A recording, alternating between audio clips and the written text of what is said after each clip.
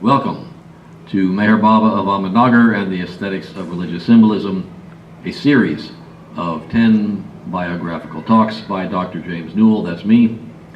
This is talk number 8, Avatar of the Age, covering from 1952 to 1958.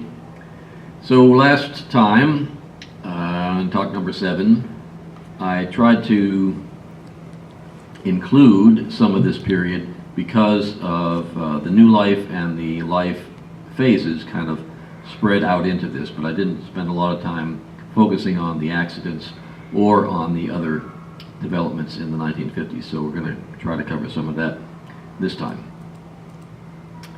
As those of you who've been following these talks so far in this series, we've discussed several times our thesis for this project as well as our academic approach to the study of Meher Baba's life from the perspective of the history of religions.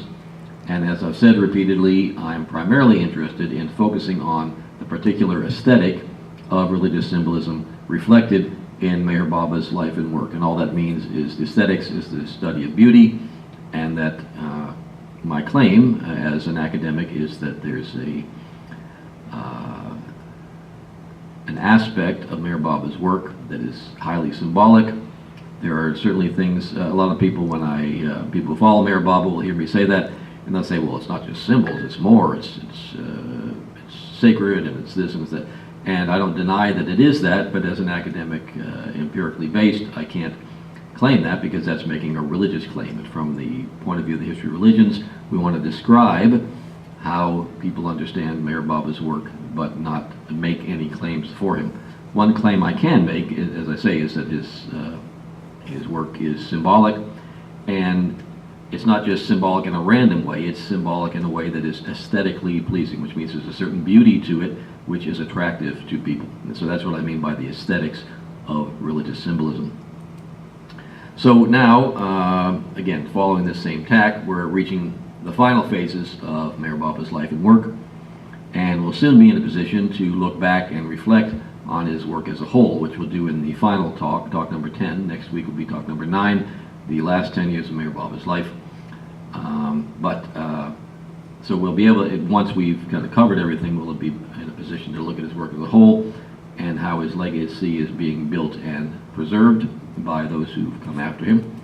But for now, up to this point, we've reflected on many aspects of Meher Baba's life and work from the perspective of the symbolism that arises from his work and the aesthetic or the sense of spiritual beauty that informs that symbolism, which is what that, and as I've said before, his tendency to, just the main salient quality of his work is his, every time he would connect with people, he would put great attention to developing affectional bonds, being very loving and connecting with people in a way which certainly the people who stayed with him found profoundly moving and profoundly attractive.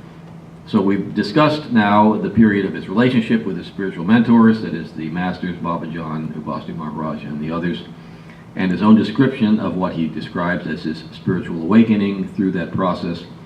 We've talked about his transformation into a spiritual master himself, training his disciples through, as I say, the development of affectional bonds, and teaching the cosmology of the spiritual path and of obedience to the master. These are the, so I'd say those are the three main aspects of his work. So his development of a place of pilgrimage of Mehrabad is another phase that we covered. His silence, again, these are each symbolic in their own way, which we've discussed. His world travels and the controversies that accompanied him during that first initial phase of going to Europe and the Americas. His work with the musts, and his new life and life phases, and that's where we left off last time. But today, we'll review a brief, what I want to do is go through a brief chronology, because there's many things that happened in this very short period of time that are significant and really sort of, in some ways, climactic phases of his work. All these things occurring between 1952 and 1958. And then next time we'll cover from late 58, but mainly 59 through 69, and then final talk will talk about the development of the movement that's preserving his legacy. So, thematically important events, I feel, include Mayor Baba's first public declarations that he is the Avatar. That's why I titled this talk Avatar of the Age, because this is when he, although his disciples, there are many, many stories of how he shared with people close to him that he was the Avatar. There's, in his own accounts, he's repeated several times that Upasni told him during the last months of his stay at Sikori, Upasni told him, Merwan, you are the Avatar and I salute you. But he didn't state this publicly. He hinted at it many, many times. He's got a discourse published in the 30s called The Avatar, which he hints strongly that the Avatar is at hand, but he never says that I am the Avatar. But during this period, he does say that. So he makes these public declarations. He had mass darshan programs in the south of India and Hamirpur district. He had 2 automobile accidents. He established the Meher Center in Myrtle Beach, and he made 3 visits during this period, 52, 56, and 58. And he also made 2 visits to Australia, and the second one was sort of capping the establishment of Avatar's Abode. In fact, Avatar's Abode they were racing to get it finished, and it wasn't really completed when he did get there, but it was during 56 that, I don't remember, I think Ina Lemon said there should be a center, and Baba said yes, and he tasked Francis with the job of finding some place where they could have a center for Australia, and that became Avatar's Abode.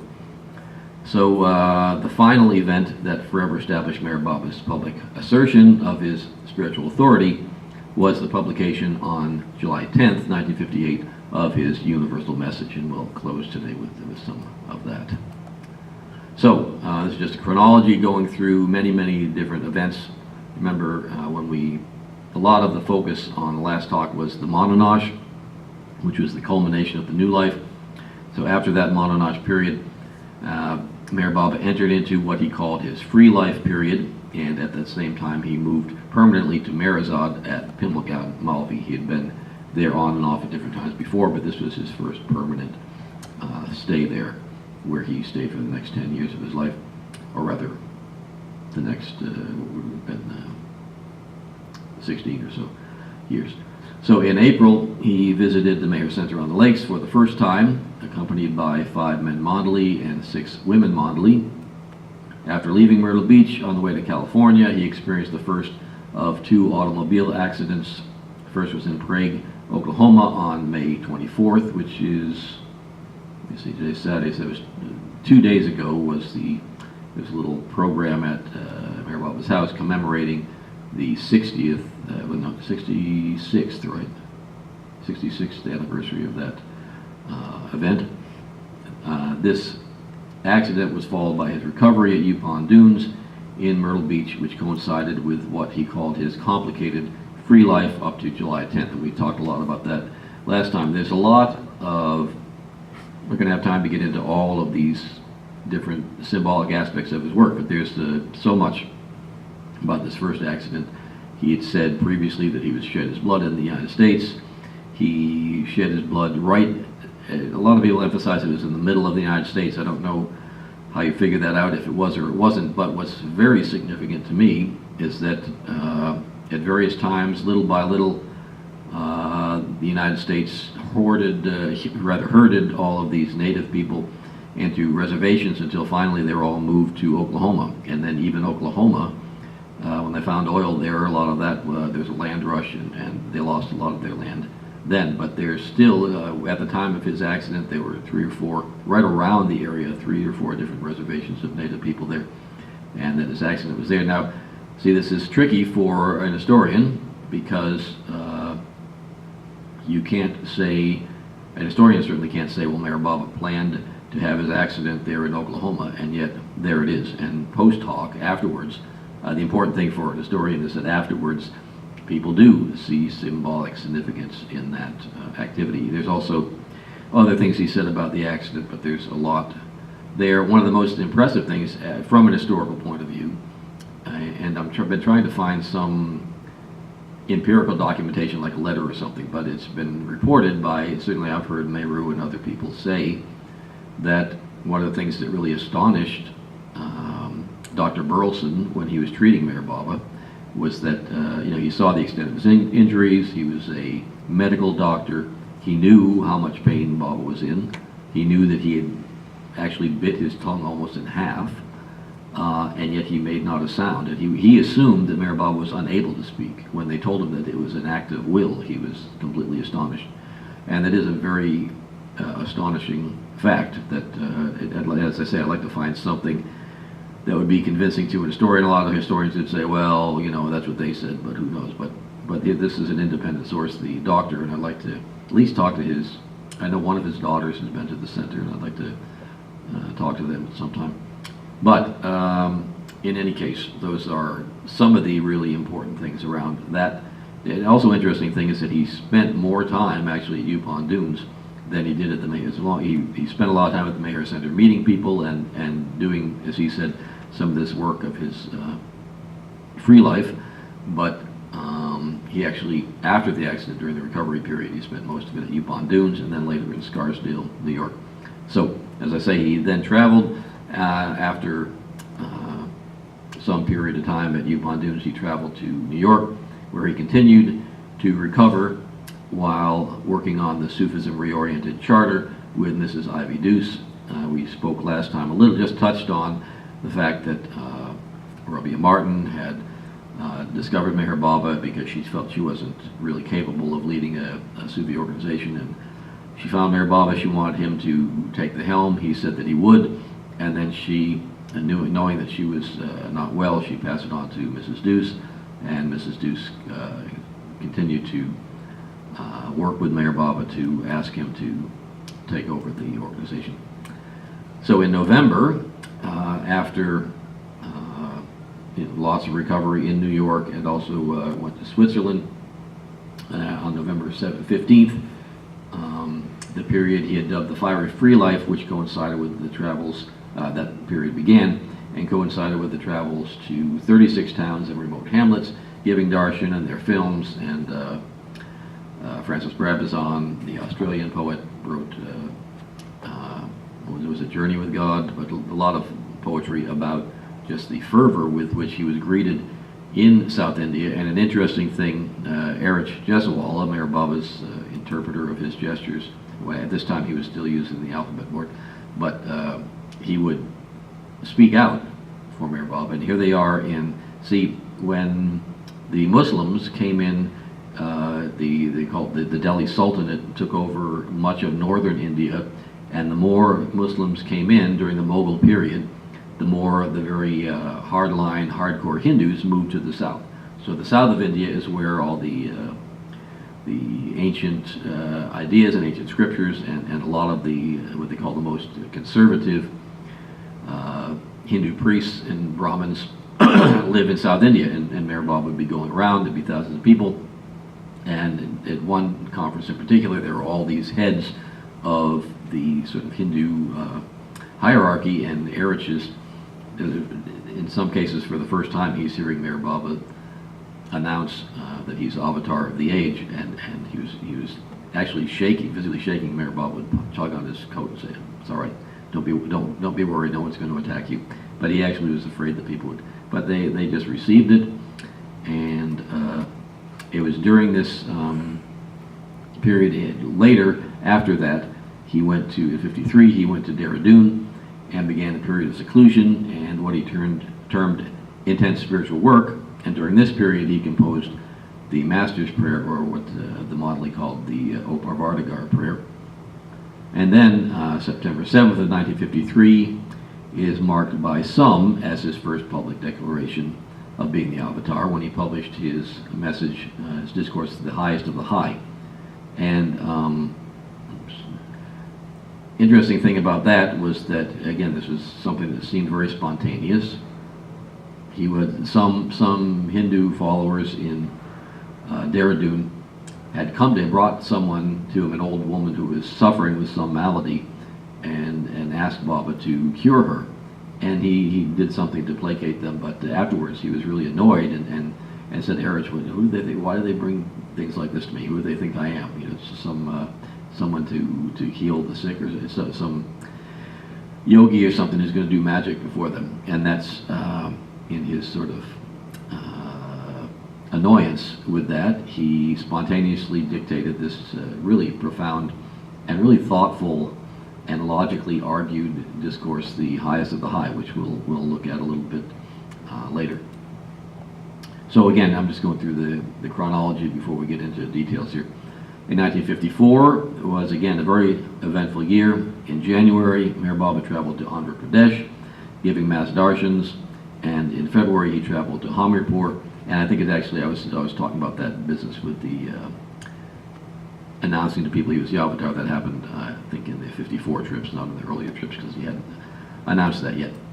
But many, especially those of Hamirpur, say that the Highest of the High was not his first declaration of being the Avatar, because as we'll discuss in a minute, he doesn't really, there's a discourse, as I said, in the discourses, published originally published in the Meher Baba journals in the 30s, in which he talks about the Avatar, but he never claims to be the Avatar. And then this Highest of the High message, again, he makes it very clear that people should regard him as the Highest of the High, but he doesn't use the term Avatar, and he doesn't come right out and say I'm the Avatar. He doesn't even, it's a very interesting argument, but without making any particular declaration. That's why there's this disagreement as to when he actually declared he was the Avatar. However, those people from Hamirpur say that Meher Baba's public announcement of his avatarhood came in Hamirpur during an all-night sahavas when at 1 a.m. February 10th, the sahavas started on the 9th, but they stayed up all night, and at February 10th, 1 a.m., Baba spelled out on his alphabet board, Avatar Meher Baba Ki Jai, and it's reported that a particularly loving and intense atmosphere had been developing all through the evening as they had sahavas with Baba, and Baba was just lovingly joking with them and just communing with them. But as soon as he spelled out Avatar Meher Baba Ki Jai, all of the assembled villagers began shouting Avatar Meher Baba Ki Jai in waves of adoration, and by all accounts it was something quite spectacular. It certainly moved them, and that is the first time that people report this shout of Avatar Meher Baba Ki Jai instead of maybe Sadguru Meher Baba Ki Jai and those kind of things. So it was a significant move, and some people would say, it's interesting, there's a book on different healthcare practices around the world and in different cultures, and there's one on healthcare practices in India and how they treat mental illness and things like divine madness and musts and things like that. And they say that when someone behaves in a way that is not in their best interest, when an individual who, in other words, may be a mad person, but he's always going around trying to get food or trying to get money from people, and he acts crazy and he acts like a mad, but he's always in people's faces, and he's always doing things that will draw attention to himself and get himself money. Whereas if there's someone who doesn't do that and is far away and maybe just sits in a corner and doesn't ask anybody for anything, but is also not acting like a normal person, that person who is not acting in his own interest is considered to be a divinely mad person rather than simply someone who's off their rocker. I say that because announcing that he was the Avatar was something that was working against Meher Baba's own best interest. People would say, oh, well, you must be an egotist to say you're the Avatar. But in fact, the followers of Baba would say, Baba, why do you have to say that you're the Avatar? You know, if you say you're a saint, you'll have millions of followers. But when you say you're the Avatar, a lot of people will just think that you're trying to be a big shot or something. And he said, well, as he says in The Highest of the High, he has to say it's an act of humility to say what one indubitably is, Meher Baba says. So in any event, he did begin, matter of fact, Adi K. Rani would say that he stopped accepting mail addressed to Sadguru Meher Baba. He would cross it out and write on it, please address him as Avatar Meher Baba, and then I'll answer your letter. I won't answer it until you address him as Avatar Meher Baba. So he said, I did that on many occasions until people started honoring that request. So after this momentous experience in Hamirpur, there's a tour of Madras. Again, this is where Madras is one of the hotbeds of the South Indian orthodoxy of Hinduism. And this was for approximately 150,000 people, and he continued again to tour South India until March 24th. This is in 54. And in September, of course, many of us are aware of this, there was a sahavas for a handful of Western men, which came to be known as the 3 Incredible Weeks with Meher Baba. And this is a remarkable fact that here he's announced that he's the avatar. He's been to the West by this time many, many times. He only had 2 more trips left. I don't remember what the exact number is, but many, many trips to the West. And he invited every single male who was able to do it financially without any great financial hardship, and who was over, I think it was the age of 17, something like that, or maybe the age of 19, so whatever it was, all together. First there was only 17 people, and then there were 2 other people, Max Hofflinger and a Japanese man whose name escapes me at the moment, but and those 2 added in made 19. But there was, so out of all the males in the Western world, only 19 men answered this call and spent 3 weeks with Meher Baba. After then, there was a big darshan there in Wadi Park, which also Adi reports that when Baba told him he wanted to do a mass darshan, and he hadn't done one for a long, long time in the Ahmednagar area. And he said, I want to do it in 2 weeks. So get everything set up. And Adi said, I said, no, Baba. He said, what? What are you, crazy? I'm your master. And he said, it can't be done. No one will believe me if I do that. And so he said he negotiated with Baba, and he got 2 months out of Baba, he said. And then he had to go, he said he went around. He had never spoken to people before publicly, but he went around and started giving public talks on Baba and reassuring people, telling them, yes, Baba is really going to give this darshan. You should come. It's a great opportunity. And so eventually he did convince, there were many, I forget how many thousands, but many, many thousands of people, and it coincided with the 3 Incredible Weeks. So that Wadi Park darshan was held, and there were so many people that they couldn't all, and there's of course a wonderful film of that with him handing out prasad all throughout the day, constantly giving handfuls of sweets to people. But even then, non-stop doing that. The only break he made all day, according to Darwin Shaw, was when there was also poor feeding going on, and the poor people said they would not eat unless Meher Baba came and blessed the food. So he stopped the darshan program, went and blessed the food, came back, and then because they could not, and the crowd was really pushing and it was getting out of control, so they came up with a ticket system where they handed out tickets, and they told everyone, if you come back some days hence, it wasn't maybe not the next day, but maybe the day after, and they went to Kushru Quarters, which is now where the main trust office has been for many years. And they went there, and in that compound, people would wait outside, and if they had a ticket from the Wadi Park darshan, they could come in and have Meher Baba's darshan. So it was quite a, and the men from the 3 Incredible Weeks were also still there.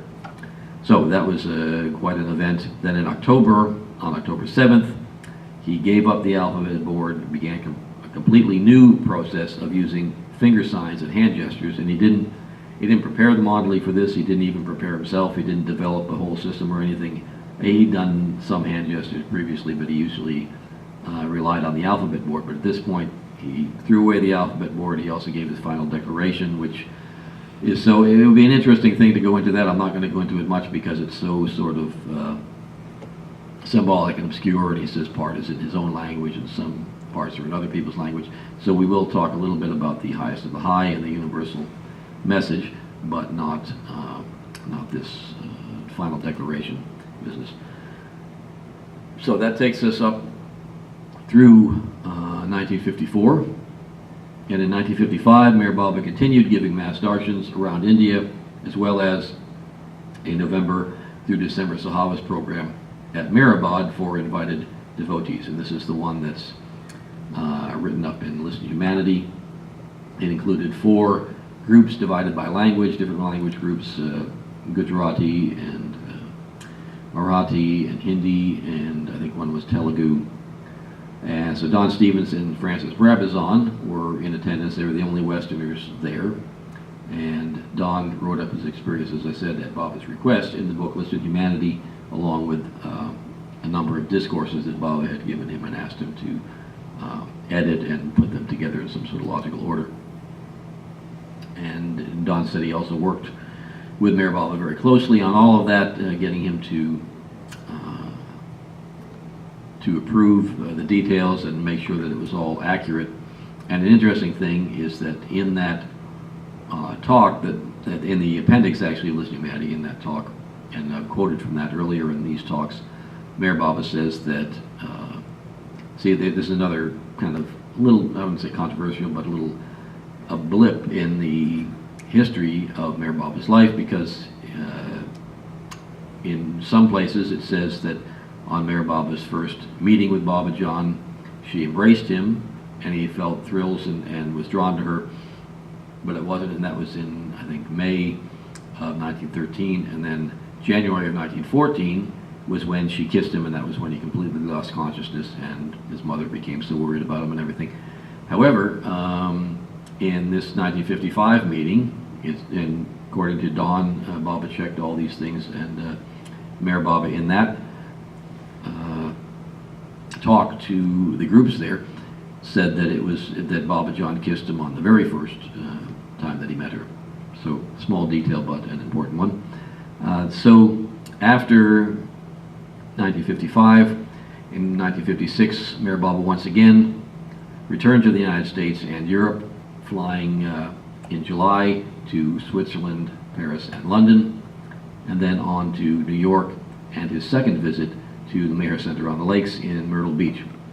Now, this trip included, many of you have seen the film, of him at the Delmonico Hotel, as well as his dinner at Longchamp's, and he continued on after this to San Francisco, to Mayer Mount, which he had been headed to in the previous trip, but his accident prohibited that. And after Mayer Mount, he continued on to Australia for his first visit to Australia, so he circled the globe completely.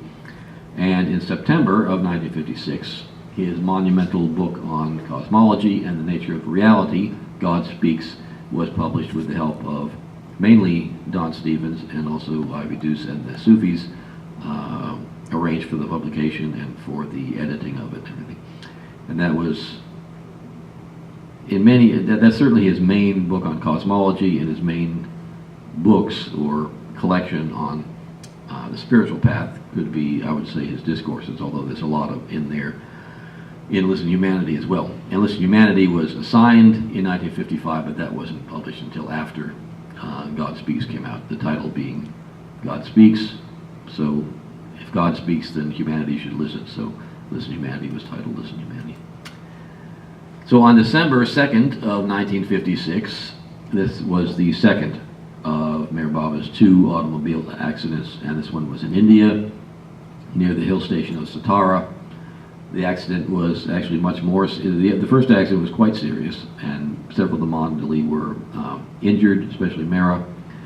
But this one was even more serious. Apparently Mayor Bobbitt's leg was up on the dashboard when the car went into the ditch, and it shoved his leg up into his hip and broke his hip and broke his leg and caused excruciating pain. Again, he also did damage to his tongue, presumably in an effort to make sure he did not speak, which is quite like another reflection on his commitment to maintaining silence. And it impacted Mayor Bobbitt's ability to walk for the rest of his life. Although he did recover the ability to walk with help, he experienced great pain throughout the remainder of his life and never really walked in the same way again. Everyone says how fast and graceful, even after the first accident. He was very fast in the films in 1956 and very graceful, but he really lost all that ability with this accident. And additionally, one of his Mondali, Dr. Nilu, passed away in the accident. So another interesting fact, again, this is one of these things you want to say, I'm trying to draw out things that are symbolic, and there are a lot of symbolic things about both of these accidents. It's difficult to say as an historian that these are symbolic in the same way. It brings into question, well, how is something, the implication earlier is that he observed silence, at least in some sense, being aware of, cognitively, deliberately using silence as a symbolic message. Certainly it's very symbolic. He used metaphorical and symbolic descriptions of his silence. But how do you say that about the accident? That he certainly did not, but none of the descriptions suggest that he deliberately had an accident. This was, at best you could say, some kind of a synchronistic, coincidental thing if you look at it empirically. But here's the point I want to make that was brought up by Merwan Jesawala, and I need to sometime, Zoe was here when I talked about this previously, but and she knows the finer parts. But in any case, in the West, when he had his accident, one particular side of his body was severely damaged, and he was with all women in the car. When he was in an accident in the East, the opposite side of his body was severely damaged, and he was with all men. Now, an interesting thing that Merwan brings up is that, and there's a correspondence, I don't remember exactly what, that's what I would need to ask Zoe about, but there's a famous iconic image of Shiva, the god Shiva, who's one of the Trimurti, the Brahma, Shiva, and Vishnu, and there's a likeness of him where one side of his body is female, one side of his body is male, and again, there's Merwan pointed out a correspondence between that and Baba's injuries. So, although I can't say as an historian that somehow Mayor Baba arranged that, I can certainly say that his disciples and his followers look at these events and draw out symbolic references from them. What about Elizabeth's flower? And Elizabeth's flower is another, yeah, that's a very, I did mention that before when I was doing this talk, but yeah, the first accident, the driver was Elizabeth Patterson, founder of the Mayer Center. He had come specifically, it would seem, certainly he told her that he was going to come to inaugurate the center. And when she first met him, not long after she had first, I think she met him in 1930, and this was, I think, in 1932, well, it would have been May 24th. On May 24th, 1932, he was with her, maybe in Harmon, I don't remember exactly where it was in Harmon. Yeah, and he was just walking through a natural area, and he leaned over and picked up a flower, and he gave it to her, and he said, mark the date and the occasion, and save this flower. And she did, and forgot about it. She put it in a little Bible that she had, and she put May 1924. And again, as an historian, all I know this is the narrative that is told, is that it was she, with her driving on May 24th, 1952, so exactly 20 years to the day later, her driving, Mayor Baba had this first accident. And the way it's read by followers, looking back, is that he wanted to relieve her of the anxiety and the guilt that she would necessarily feel about having been somehow responsible for this accident. But she felt, and many of Mayor Baba's followers feel, that he was deliberately letting her know that no, this was something that was destined to be, and she was destined to play a role in it, and she should not feel guilty about it. Again, can I say with certainty that that's what happened? A skeptic could say, well, she just went back and wrote that in the book.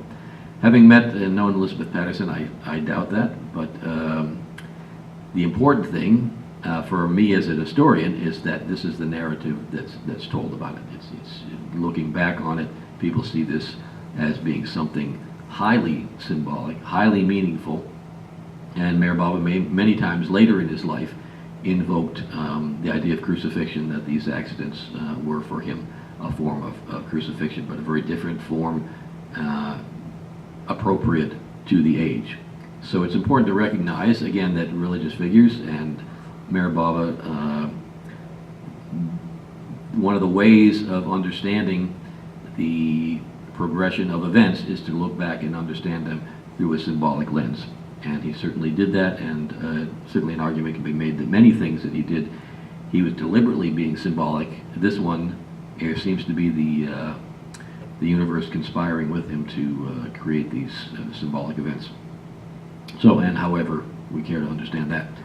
So, although much of 1957 was taken up with recovery, as I say, this second accident was extremely painful. It was really doubtful. The doctor said that he would never walk again, and one of them had died, others were seriously injured. Erich and Pendu was never the same, never really completely recovered.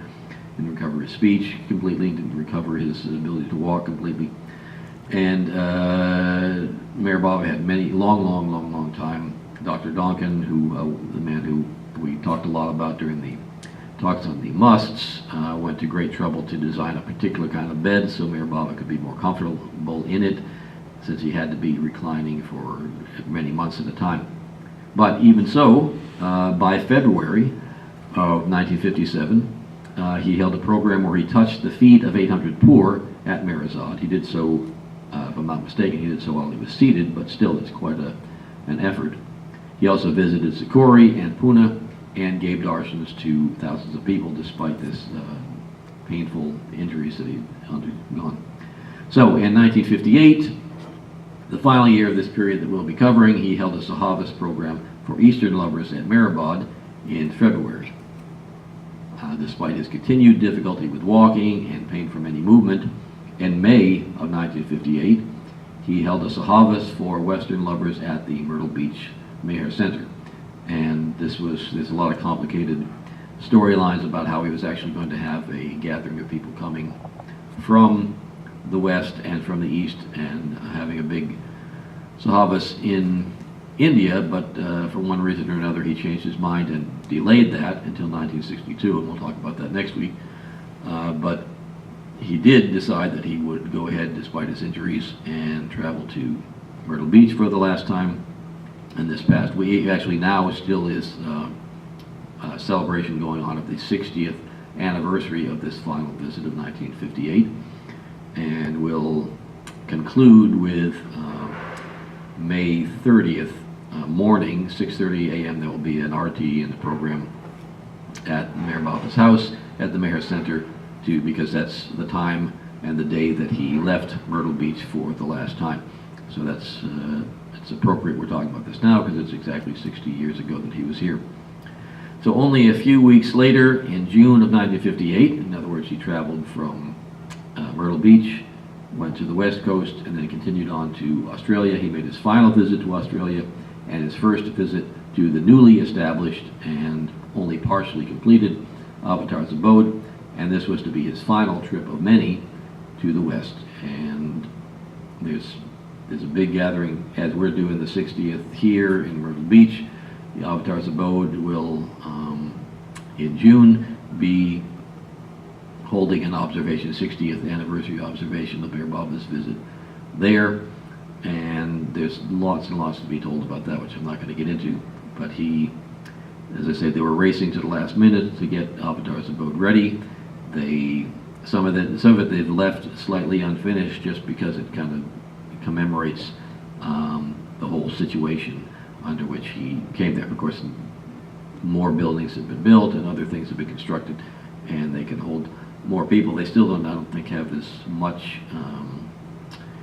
They don't have as many cabins there, I don't think, as the center does, and even the center now does not have really enough cabins to accommodate everyone. But the idea is to keep both of these places the way they were when he arrived there. So on July 10th of this year, 1958, at Mehrabad, Mayor Baba gave out his universal message, which came to be his final word on his mission, his avatarhood, and his spiritual authority. And it's interesting to me that here, when he was young and handsome and vibrant and really, by all measure, a very extraordinary individual, he did not make any such announcement as being the avatar, although people, when he came, if you remember, when he first came publicly to the West, he was accompanied by all these news reports of being Messiah and this and that, but they were all very snide and sarcastic. But he never himself claimed such a station publicly, at least. He may have privately, certainly in the 30s. I think, when was it? 39 or something. Gene Adriel published a book of the title Avatar, which clearly indicates that she understood him to be Avatar, but he didn't announce it publicly, as we've already seen, until 53 or 54 in that period, and now he really comes very strongly, and again in a way that feels very spontaneous. These messages do not feel as formal as you might think. They sound very conversational, and yet they come across with great spiritual authority.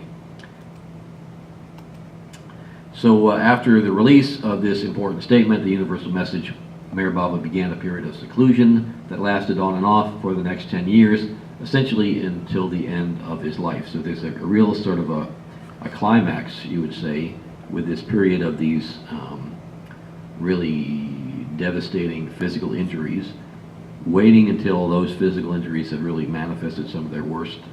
And his last trip, he waited.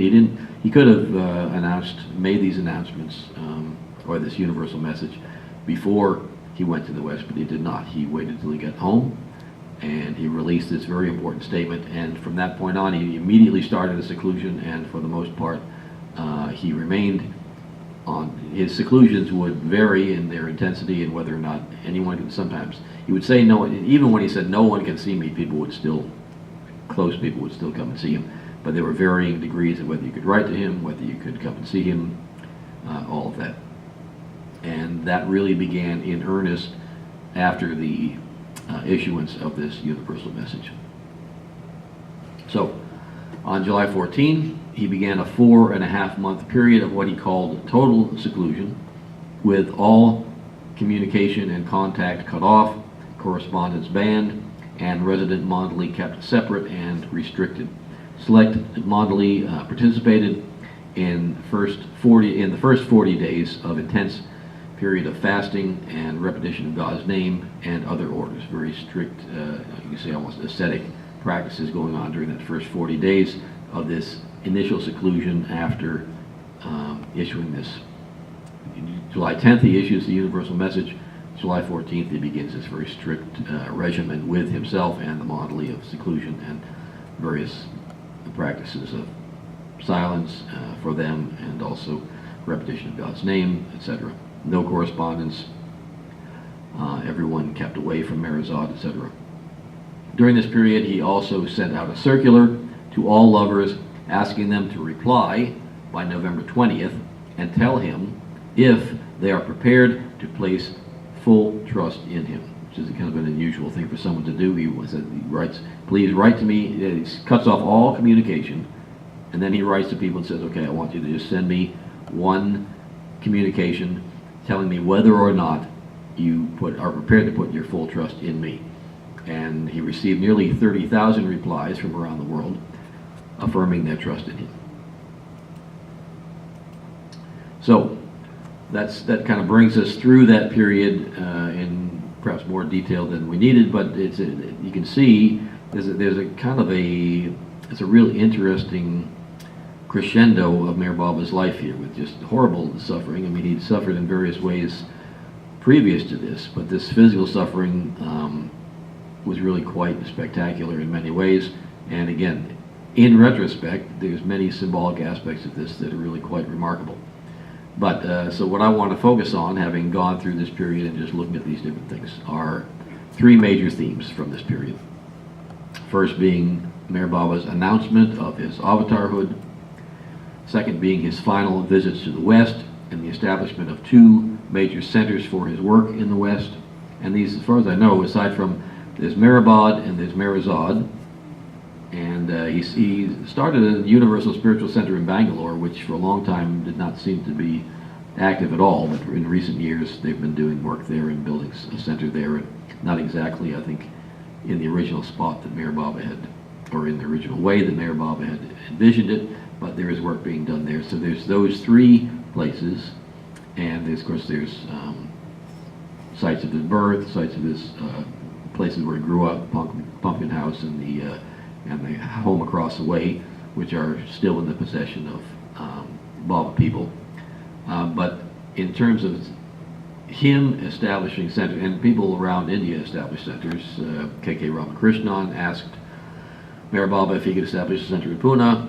and people in Andras, they could establish a center, people in Hamirpur. He went in response to them, lovingly responding. But this one in Avatar's abode, and particularly this one in Myrtle Beach in particular, he charged Norina Machabelli and Elizabeth Patterson with going out and finding a place. He had these certain criteria for them to find and to establish a center for him. And that's, as far as I know, that's the only time he did exactly that. He responded to requests and then a great deal of encouragement to Francis and Bill and others to establish the center in Australia. But the Meher Center is unique in the way that he really initiated the establishment of the Myrtle Beach Center. So there's those two themes of establishing centers, announcing his avatarhood, and his two accidents. These three, as I say, themes, I think really, they certainly brought his work to a particular kind of crescendo, I feel, and they each played major roles in the remaining 10 years of his life. So, as I say, these three themes dominate the remainder of Meher Baba's life. From then on, he was referred to as Avatar Meher Baba, not Shri Meher Baba or Shri Sadguru Meher Baba, as previously had been the case. So, Meher Baba's visits to the West solidified many developing affectional bonds. As I said, that's a main part of his training of disciples or people who are new to him, is developing and solidifying affectional bonds. In his subsequent publications, God Speaks, The Discourses with Humanity, and others, provided the core training materials for future followers, which means us. The only significant, and very significant, I would say, work that really continued more into this next period that we'll cover next time is when he kept, according to Don, he would take Don aside. Don would visit him often when other people were not available. When he was not available to other people because of his seclusion. Don, being in the oil business and traveling the world a lot, Baba gave him permission to visit him whenever he was free, and which he did. And Baba would say, Don, what are you doing about my words? And that resulted in Don's editing of the discourses, which were already out in a 5-volume form. So all of his work was more or less completed still in the 50s, but a lot of it was done by Dr. Deshmukh, written up and published by Dr. Deshmukh, and so some of the parts of speech were kind of in Indian style, backwards, and Don edited it in a way where there's just a little more smoother syntax and all that. So other than that, most of his main training, most of the core of his teaching message, even though he said, I came not to teach but to awaken, he certainly did a lot of teaching, and most of that was already completed before we got into the 1960s. Excuse me. So, again, I'm just going along with these themes.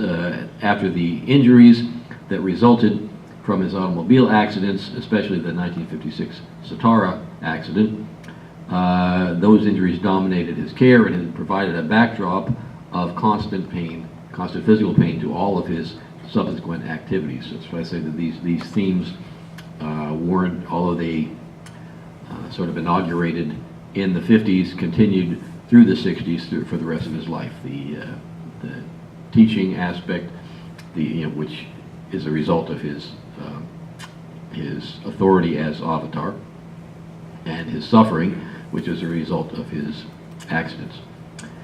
His avatar is clearly, the avatarhood is clearly the most important of these three themes that I'm talking about. And there, I need to go back and even look myself.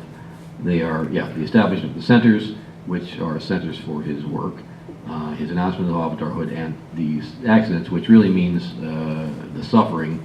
I'm using them just as the sort of the catalyst for enormous suffering, even though there's much testimony from Monley and people who were with him that he suffered in various ways for various reasons throughout his life. Nothing is equal to these, and they were sustained, ongoing sufferings, which also additionally resulted in various sort of ancillary ailments popping up here and there. And it seems that sometimes Goher and others have said that he seemed to have experienced briefly, at least, every possible ailment that someone could experience, except I don't think he had cancer, but he had virtually every other. He had just someone like Shelley Merrick or somebody could go through the litany of all these little odd things, shingles and piles, and just all these different things that people get routinely throughout life. And this is something that Zoe, my wife, points out a lot, is that we don't really have, although the Buddha is said to have lived to be in his 80s and he died of food poisoning, but he seemed to be, the reports are that he was in relatively good health and good cheer. This is the only report that we have. It's reported by Baba and others that Jesus lived a long life after the crucifixion, with no doubt much suffering from the wounds of the crucifixion and other things. But we don't have any reports of that. We don't have any reports of Krishna being an old man and aging. We have reports of the prophet being an old man, but again, he didn't have this kind of intense suffering in the same way that Meher Baba did. So Meher Baba's suffering and the sort of really detailed documentation that we have of it is really something remarkable in the history of this, and it certainly made an impact on the Mandali, made an impact on his followers everywhere, wondering whether it would interfere often with people's plans and hopes to see Meher Baba, to meet Meher Baba. Certainly all the people who went to the Great Darshan had anticipated that they were going to, the Great Darshan being the darshan that was held after Meher Baba dropped his body, and people anticipated that they were going to see him. They were going to go to a darshan program like the East-West Gathering, where they would see him, they would be with him, they would exchange love and greetings with him. And of course his ailments not only put that off, but because it was one time it was going to happen in 65, and he did hold the darshan in 65, but he did not. He only allowed a couple of Westerners to come, and his suffering, in other words, continued to have an impact on all the people around him. However, in terms of his broad ministry and the understanding of his ministry, the symbolic value of his ministry, the particular way in which he defined avatar is very different from the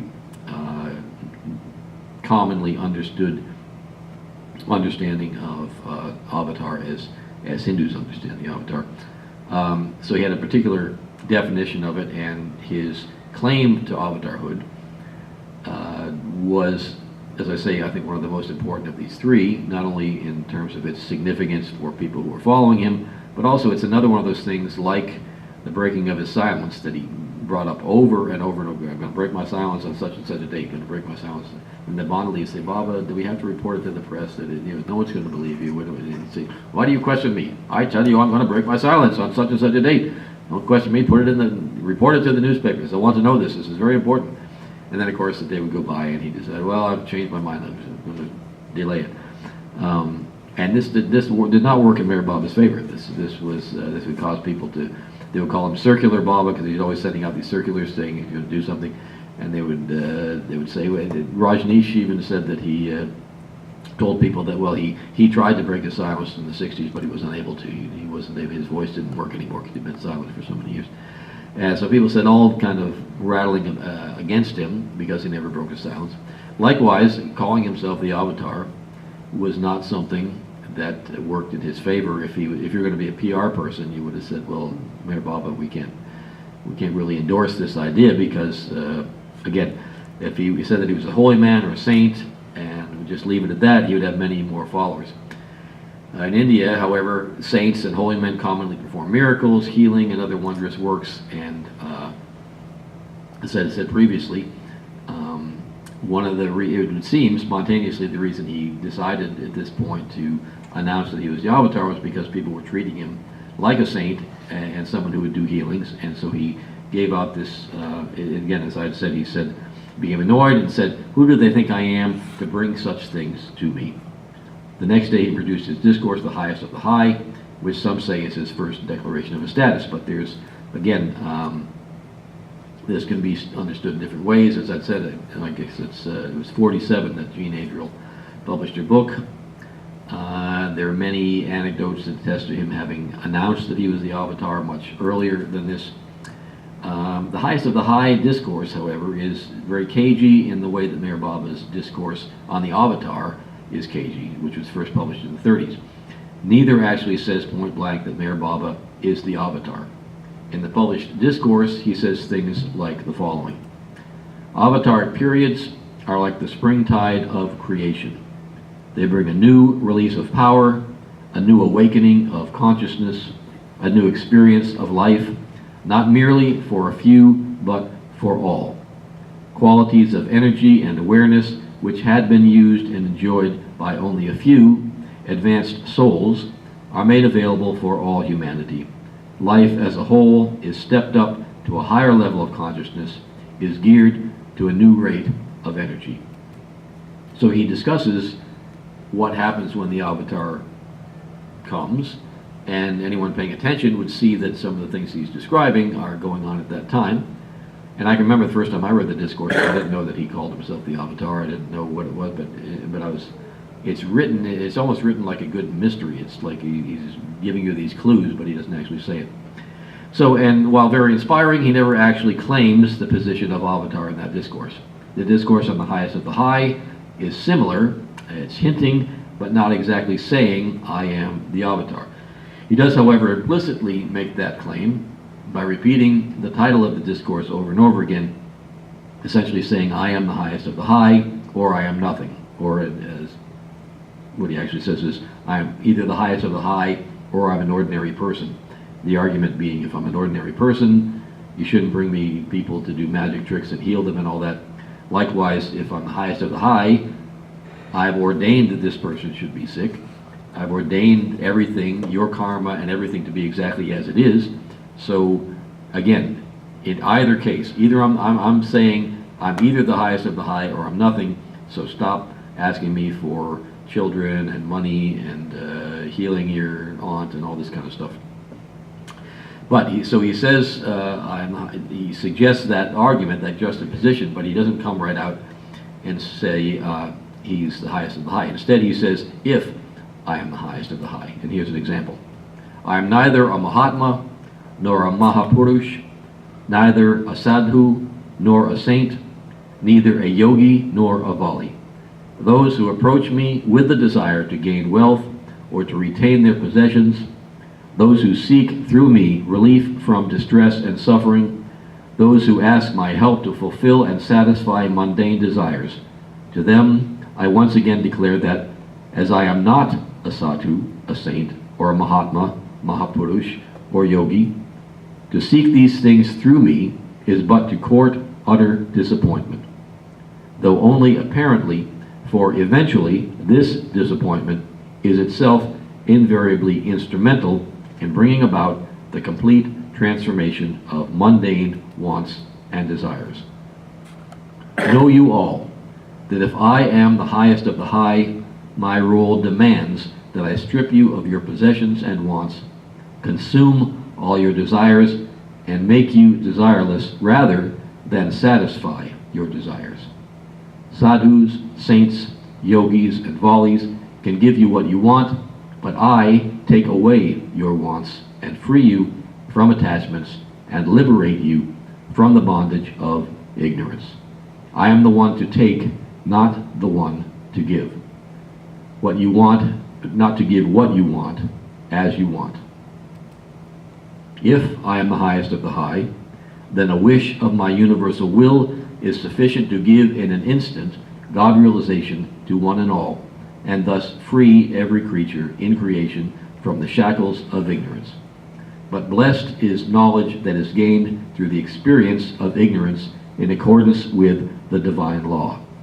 This knowledge is made possible for you to attain in the midst of ignorance by the guidance of perfect masters and surrenderance to the highest of the high. In other words, he's saying, surrender to my will, but he doesn't say, I am the highest of the high. Even in his universal message, he does not say, I am the avatar. He says, in this present avataric form. So then, what does Meher Baba mean by the avatar? Who or what is the avatar? Here are two explanations from the discourses.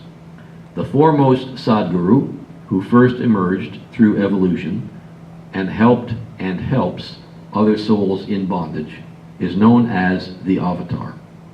There is another difference between the Sadguru and the avatar. When man becomes God and has creation consciousness, he is called Sadguru, man, God, or perfect master. When God becomes man, he is called avatar, God, man, or Messiah. And that's from Discourses, Volume 3, the man, God, the first discourse on the man, God. But now the supplement of God Speaks is interesting because it seems to suggest something different. However, I'm going to suggest to you that the supplement to God Speaks is more Dr. Ghani's words than Meher Baba's words, and you'll see why I say that in a minute. But it's known that Meher Baba, when he came back from the New Life, Ghani had passed away. He had Ghani write up a lot of notes. They'd been working on God Speaks for some time, and he gave Ghani all these notes. And when they found Ghani's notes, they were just a mess, and there was no order to them, and Baba was totally disgusted, so he said, well, let's just start over again. So with Erich, just at odd times, one of the amazing things about God Speaks is that Erich says that they do the correspondence, they do the daily work. Meher Baba's suffering and having a difficult time with various things, and you just out of the blue would say, okay, get that book out, and then they'd work for an hour, and he would just dictate, and Erich would write it down, and that's how God Speaks came about. You would think someone would spend hours and hours working on something, but he just dictated it spontaneously. So when it came to publishing that part that he and Erich worked on, he also gave them Dr. Ghani's notes, and they said, well, what do we do with them? We said, just put them in some kind of order and put them in the supplement. I think they suggested it eventually. Don said, why don't we just make a supplement, and then that material will all not be lost. It will still be there, but it's not in a linear form like the first part of God Speaks is. So this is talking about the avatar, but it describes the avatar and how the avatar comes about differently. Remember the one we just saw? He says, the foremost Sadguru who first emerged, that is the very first Sadguru through evolution, he is the avatar. But here we find something different. It says, the Sadguru is man-God, i.e. man becoming God, and had to pass through the process of evolution and involution, whereas the avatar is God-man, that is, God directly becomes man without passing through the process of evolution and involution. The 5 Sadgurus, Kutubs, perfect masters, effect the advent of the avatar, Rasul, Christ, Buddha, on earth, and therefore the advent of the first avatar on earth was not possible without there first being the 5 Sadgurus to effect that coming. So in the discourses, Meher Baba, and I know according to Don that Baba checked every single detail of the discourses and approved them. In the discourses he said the first avatar is the first perfect master who through his own efforts became God realized and then continues to come back as the avatar. This one says there's no avatar until somebody does the work of being a perfect master, then apparently he gives God realization to 4 others, and then they have 5 Sadgurus, and then and only then do they bring in the avatar. But listen to this part, that this is why I say it's Ghani. They affect the advent of the avatar on earth, and therefore the advent of the first avatar on earth was not possible without there first being the 5 Sadgurus to effect that coming. Consequently, in the beginning, the 5 perfect masters became realized first, and there took place the first advent of the avatar on earth.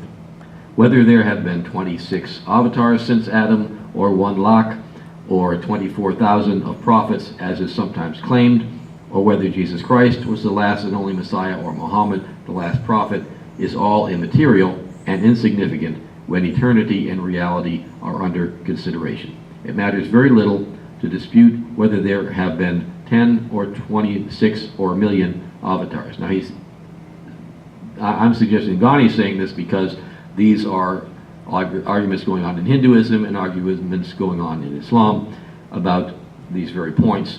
Meher Baba rarely addresses such arguments, but there's another one that's more important. Then he says, the truth is that the avatar is always one and the same, and that the 5 Sadgurus bring about the advent of the avatar on earth. This has been going on cycle after cycle, and millions of such cycles must have passed by and will continue to pass by without affecting eternity in the least. Now, he says, Such cycles, millions of such cycles must have passed by. Well, Mayor Baba never says things like that. He says millions of cycles have passed by. Why? Because he knows. Ghani does not know. So this is from Ghani's notes, and I'm going with, I would say, just again, just studying the literature, I would go with Mayor Baba's description, which says that the first avatar is the one who was the first perfect master. And you can take that up with your master in prayer. So I want to close now with Mayor Baba's final and most formal published statement on this matter of the avatar, his universal message. And he says, I have come not to teach, but to awaken. Understand, therefore, that I lay down no precepts. Throughout eternity, I have laid down principles and precepts, but mankind has ignored them. Man's inability to live God's words makes the avatar's teaching a mockery. Instead of practicing the compassion he taught, man has waged crusades in his name. Instead of living the humility, purity, and truth of his words, man has given way to hatred, greed, and violence. Because man has been deaf to the principles and precepts laid down by God in the past, in this present avataric form, I observe silence. You have asked for and been given enough words. It is now time to live them. To get nearer and nearer to God, you have to get further and further away from I, my, and mine. You have not to renounce anything but your own self. It is as simple as that, though found to be almost impossible. It is possible for you to renounce your limited self by my grace. I have come to release that grace. I repeat, I lay down no precepts. When I release the tide of truth which I have come to give, men's daily lives will be the living precept. The words I have not spoken will come to life in them. I veil myself from man by his own curtain of ignorance, and manifest my glory to a few. My present avataric form is the last incarnation of this cycle of time. Hence, my manifestation will be the greatest. When I break my silence, the impact of my love will be universal, and all life in creation will know, feel, and receive of it. It will help every individual to break himself free from his own bondage in his own way. I am the divine beloved who loves you more than you can ever love yourself. The breaking of my silence will help you to help yourself in knowing your real self. All this world confusion and chaos was inevitable, and no one is to blame. What had to happen has happened, and what has to happen will happen. There was and is no way out except through my coming in your midst. I had to come, and I have come. I am the Ancient One. So, he says that he's the Ancient One, and he says he's in the present avataric form, but he never says, I am the avatar, though that's implicitly clear throughout the entire discourse on the universal message. So, thank you all. The next talk will be Wednesday, May 30th, and it'll be at 7 p.m. at the Circle Center on his later years, 1959 to 1969. And please note that the following talk will be the following week. It's not going to be a gap between them as there have been in the past. So the following talk on the Mayor Baba movement and Mayor Baba's legacy as it's being carried out after his passing will be on at 7 p.m. at the Circle Center Wednesday, June 6th. Thank you all. Any questions from the crowd? Thank you. Al, any questions? Observations, discussion points? Well, this is kind of like an aside, but when you spoke about symbolism, I was thinking about the mind, how it deals in symbolisms, you know? Mm-hmm. And I think the mind loves symbolism, Mm-hmm. it loves shortcuts to symbolisms. Mm-hmm. And so I was thinking to myself, Baba talks about accept my will completely and my will is completely yours. be resigned to every situation, and think honestly and sincerely. Bob has placed you in this situation. Then he says, with the surrenderance of self-will and ego-centered imagination, there arises a true perception of the infinite worth of that which is. The infinity of the truth which is latent in everything can only reveal itself when life is seen and accepted in its indivisible oneness. So I've got this cold, but I'm thinking it's not necessary to do all that. I can just do, this is resignation, this is acceptance, this is surrender. And I think the mind understands what I'm talking about without pinpointing every word. You see what I'm saying? Yeah, well, I never thought I'd say this, Al, but this is because you're more advanced than some people. No, seriously, I mean, you have to have reached a certain point of dealing with this stuff to be able to say, well, I mean, it's like Baba says in the discourses, you have to question the master, but once you've questioned him enough and you're satisfied, then you need to stop your questioning. And there's a point where, yeah, you just kind of get, there's a sense of, yeah, I just got to get rid of all this stuff. And some people come to that immediately. Other people, like me, take years and years and years and have to. And sometimes even I think you're at a point in your life where that comes spontaneously, and then some other great potato comes up from your unconscious, and you have to wrestle with that for another 6 years or something, you know. But yeah, I agree with you 100%. I'm interested in that. What was you were quoting from My Wish at one point? Do you know where that other part was that you were just towards the end there that you were talking about? About it emerging, the latent infinity emerging. Well, there's one part where Baba talks about that in the, it's called Living Faith. Wait, but where is Living that? Faith is one of the last discourses in Sparks. Sparks, okay. But that's a little different. He says, one who is keen about true spirituality must lose all self-will. He has to accept the divine. I'm interested in the part where you said he said something about it. The latent infinity emerges. Oh yeah, I'll that get his back part? to you on that. Yeah, I have please. it written down somewhere. Because that's very. Can only reveal itself when life is seen and accepted in its indivisible oneness. Yeah. Yeah, that's very congruent with Jungian stuff. Okay. All right. Thank you, ma'am. Thank you. Thank you. Jai Baba.